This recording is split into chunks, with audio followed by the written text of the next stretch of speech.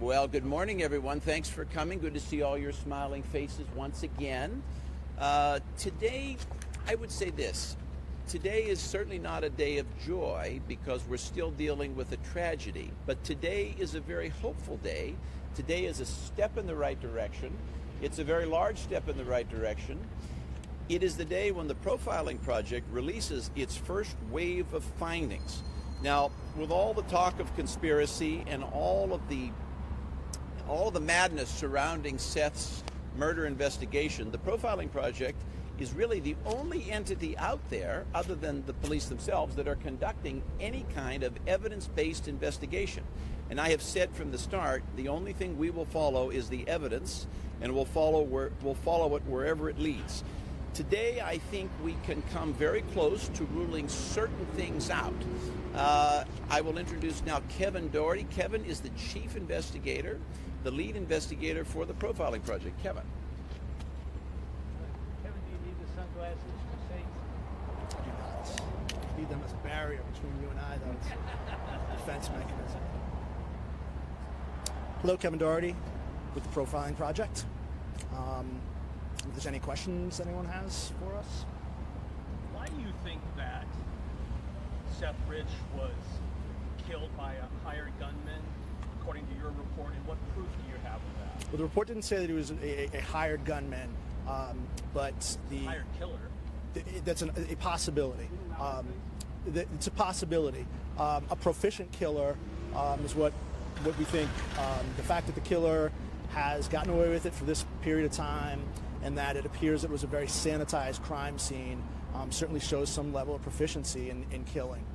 And are there any specific clues that have led to that conclusion? It's the lack of clues that have led to this conclusion, that the crime scene was sanitized, that there's no direct linking to really anything, that the police have no suspects, that the individual's gotten away with it at this point in time. In addition, there were no behavioral indications at the crime scene. It didn't look like rage or revenge or hate were the motivation behind it. So it's really a lack of behavioral indicators, emotion, and evidence that leads us to believe that that whoever did this is proficient at killing. DC police told me that they were reaching out to you about that surveillance video that you think they might have missed. Can you talk a little bit about if they have talked to you, if they have looked at that surveillance video, as far as you know? We've been in contact. I think we've left messages respectively. We hope that they have looked at it. We hope they had this already, but we were quite surprised when we came across it during our neighborhood canvass. What evidence do you have that the D.C. Police Department were told to stop investigating the case by Washington, D.C. Mayor Muriel Bowser? None whatsoever. We never made that statement. Well, I believe you, Mr. Burke. Well, what we said is they haven't released. Step up, can you step up? Sure. Sorry. What we said is the D.C. police. No new evidence has been released on this case since October 16th of 2016. You can draw. What we've said is one can draw whatever conclusions they want from that as to whether it's a cold case or not. I never said that she has ordered them to do something. We filed a lawsuit to get them to release certain things. So we're still hoping and expecting. The judge has scheduled a hearing in the case, so we are hopeful that the mayor will put some pressure on the chief, and the mayor and the chief will do the right thing and turn over what we want. Jack, you talked about in the lawsuit mismanagement of the investigation by the police department. Yes. Can you explain what you mean by that? What mismanagement or any proof of? Sure. Like, for instance, what could possibly be the reason for not releasing a ballistics report to the public? What could possibly be the reason for not releasing a ballistics report to an organization like this, to a man like Kevin, who's running the Profiling Project? There is no reason. I mean, I don't want to infer any bad motives, but when people won't give you the ballistics report, they won't give you the medical examiner's report, they won't even give you the medical examiner's stated cause of death, at some point it becomes a circus. So I just throw it out to you. You all can infer motive just as well as I can. Jack, some say that you funded this project because you are a conspiracy theorist in this case. Have you reached any conclusions as to any of your theories. Well, I am anything and everything but a conspiracy theorist. I would say that I funded this project to be independent, to be nonpartisan, and to do one thing: to follow the evidence. And it's interesting that people say that, because we are the only group that is strictly following the evidence. That's all we do. We're here following the evidence. We're not theorizing. I mean, this isn't Sean Hannity's program. Nobody's here making things up. We are following the evidence step by step. Today we release the first wave of findings. Many more to come. Well, okay, can you say that you're any closer to concluding that the Russians are behind this, or because of some leaks that was a motive? I think we know that this is not a street crime. We know these aren't street thugs. I mean, for God's sakes, I mean, you've got $340,000 worth of reward money. If this were any kind of street thing, oh my God, people would be all over that. It's not. It is some kind of premeditation, I'm sure of that. But the question now is who done it. We've got to put the trail together. We're investigating all the things you're talking about. We're investigating the Russians, sure. Are we investigating the DNC, sure. Are we investigating other things? Yeah, we're looking into all of these avenues. Can your investigator ask? Can your investigator? Closer. So you just mentioned these theories. Are you any closer to? Yeah, we're closer to a conclusion in that we're putting out a report today. Every day we get closer to a conclusion, but we have a long way to go.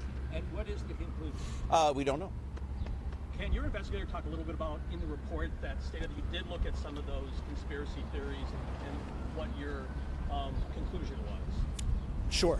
Any specific theory in general? You mentioned several of them: Russian, Yes. DNC, etc. What's in the report?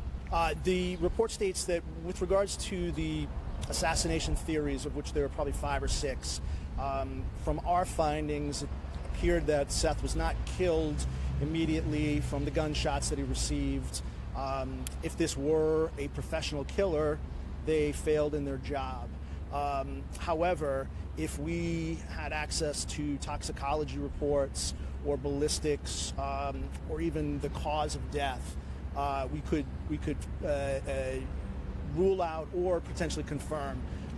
If there were any toxicological issues, any toxins in his system, anything that wasn't germane, then it would certainly raise suspicion as to the potential of an assassin utilized. But from what we've seen, a professional killer didn't do their job. But in the report, you're not putting any blame on any agency or any specific, naming any person in the report that's responsible for his death. We haven't found. We would love today to be able to say, here's our findings, and this is the suspect that we have, and we don't have that. We've attempted to whittle down some of the theories that are out there. We're pretty flabbergasted at the moment that there's just such a lack of evidence, such a lack of consistency with other homicides. This is such an sure. What's missing from this crime scene that would indicate that it was something that's not a robbery, just some random crime? Well, random from a colloquial and random from a statistical are certainly two different definitions. In the neighborhood, there's been like 42 robberies in 2016. Sure. How do you distinguish this case from all of those others? What evidence is there that this is any different from one of those? Well, Seth's dead, and in robberies they were robbed, I assume. So that's certainly different. We could say what we did is we looked at the 2016 unsolved homicides at DC Post. We had 66 or 67 of them.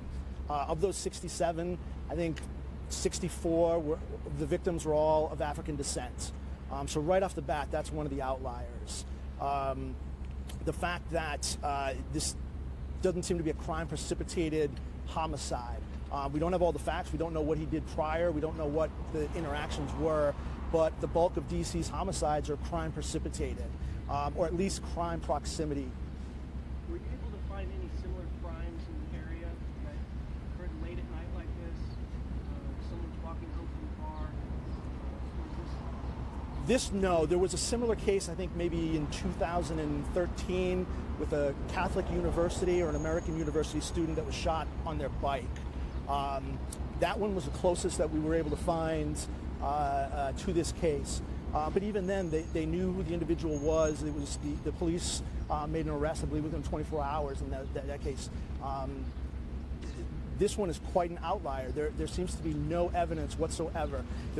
Seem to have been cameras that should have caught movement that haven't. There's no casings, footprints, anything along those lines. So this is pretty. Can you say a little bit about what the community has provided you by way of information? Have people come forward that live in the community that have talked with your group and given you additional insights that you can share today? Sure, the community during our neighborhood canvass were very welcoming. Told us what they saw that evening. Told us interactions that they've had with Seth. There was no new information I think that they've presented to us, but they certainly gave us a feel for the community and the neighborhood. No new video evidence, no neighbors with an extra camera or anything like that? No, we didn't find any of that. Kevin, are you investigating these conspiracy theories? And if so, how close are you, and which seems to bear fruit? So we looked at it from empirical, statistical, and logical investigation. We haven't looked into DNC servers. We don't have subpoena authority.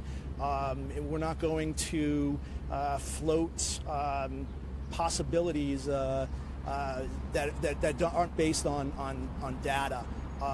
So we broke down the theories that we had come across in the news, in the report, and we raised some points as to what would either support or debunk those. And we haven't concluded or ruled any of them out thus far. Julian Assange has insinuated pretty clearly that Seth Rich was the individual who leaked the DNC emails. He's offered a $20,000 reward for anyone with information about Seth Rich's killers. Have you been in contact with Julian Assange, and if so, why not? So I haven't. I have not, because I don't know how to work the dark web. I know to send an email to WikiLeaks, you've got to go through Tor. It's just out of my skill set. I'd say this: if he's certain that Seth was involved and Seth leaked, please provide the evidence. There's a lot of people who have stated factual information with no evidence supporting it. I'd rather see that $20,000 go to the airfare to send something, first class mailed over here so we can see the evidence that he was in fact in communication. Every definitive statement hasn't been evidence to prove it.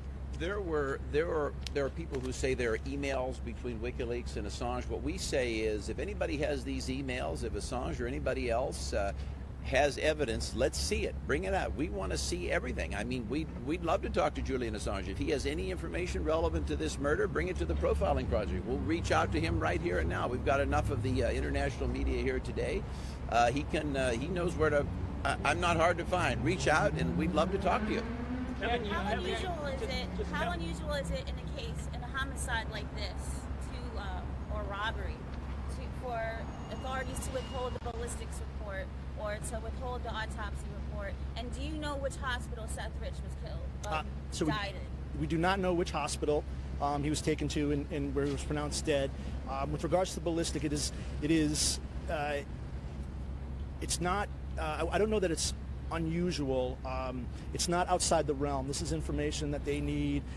They don't want to taint their case, so I understand that. It's also potential information that they're going to use to bargain. This is now a cold case. They're not going to find new piece of evidence, some new DNA strand.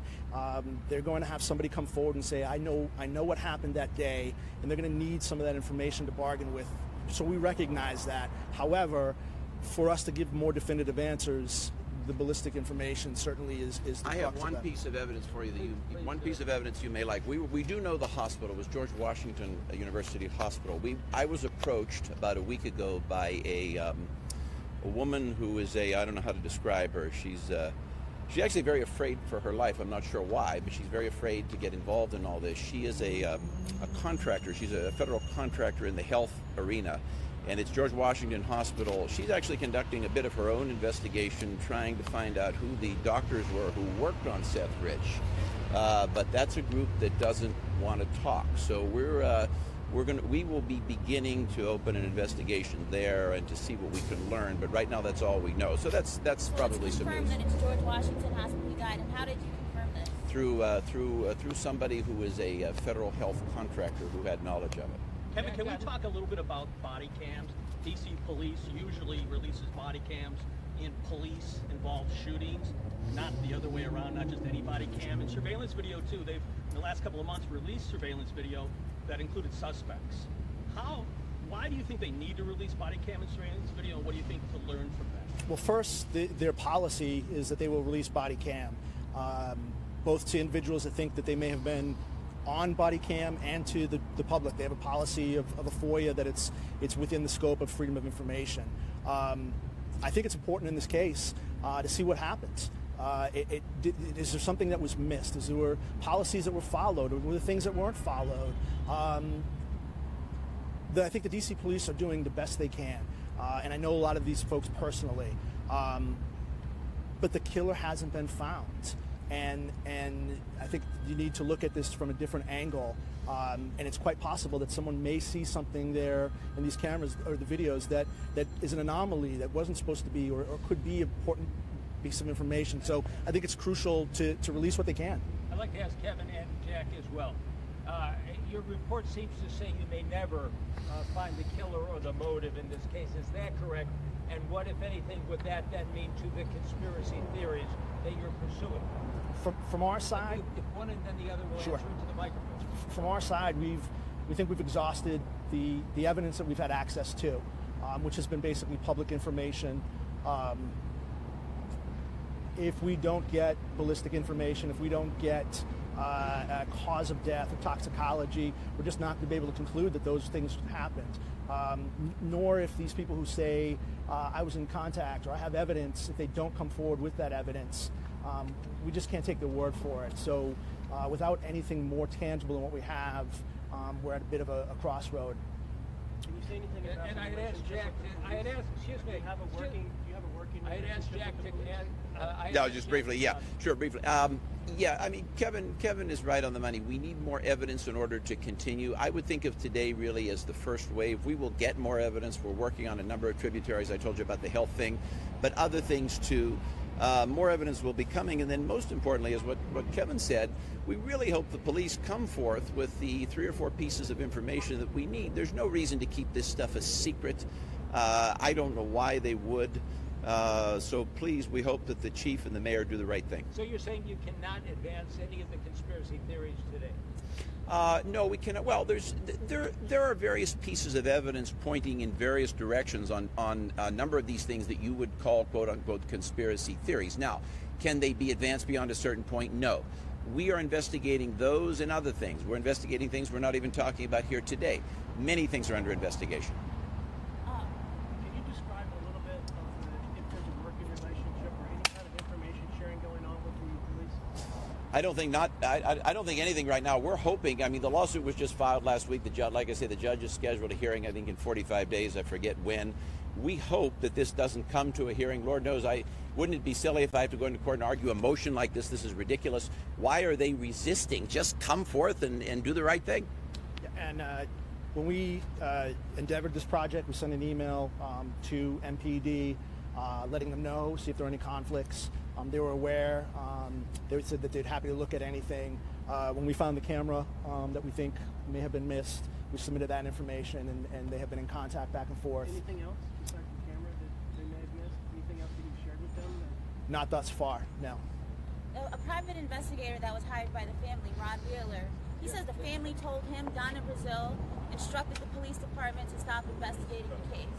Do you know anything about that? Have you tried talking to the DNC about these allegations? And what are your opinions or your evidence so far that the DNC might be obstructing this investigation? So we have not contacted the DNC. I have not contacted Donna Brazil. We have no evidence supporting the DNC obstructing or being involved at all. Do you know where Seth Rich's laptops or computers are? And the family spokesman says the family has it. If that's true, then why do you think they're not releasing the information from the laptop? So I don't know where they are.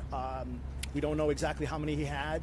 We don't know if DNC had an issued one that they may have taken back. And I don't know why they wouldn't. I mean, they're Seth's possessions. They have the right to those possessions. But if it's evidence, I don't know why they wouldn't submit it. Can you just repeat your point on the DNC that you just made?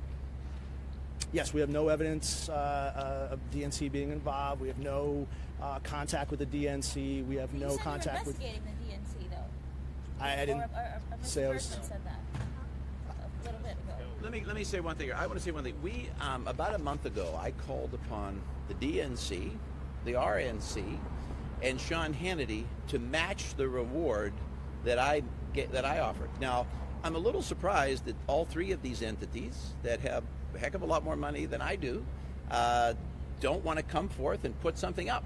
So I have a lot of personal disappointment at all three of those entities, in a lot of ways, especially the DNC, because this is one of their own. But I call upon the RNC for the same reason I'm involved. No secret that I'm a Republican, but we're one big political fraternity. I call upon all of those entities to come forth and be involved. I wanted to get this reward up over $1 million.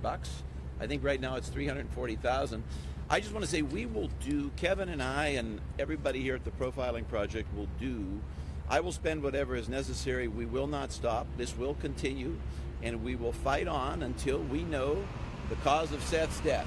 There will be no stopping, and we're not going away anytime soon, if ever. And Jeff, what's your relationship with the family now? Oh, I mean, I love the family. The family is going through some tough times. I think my overall opinion is they didn't know how tough this would be. They weren't expecting to have Extra and Access Hollywood beat on their door. You know, it's a shock. They didn't understand what they were getting into. But I think they're great people. Are you still in touch with them? Like, on occasion. Are they providing any more information that could be helpful into finding out who the killers Not were? to us. Not now. No. I don't know that they have any more information. Thanks, Jack. Thank you very Thank you much. so much. Very helpful, thorough. Thank you, guys. Thanks, everybody, for coming. You know where to find us.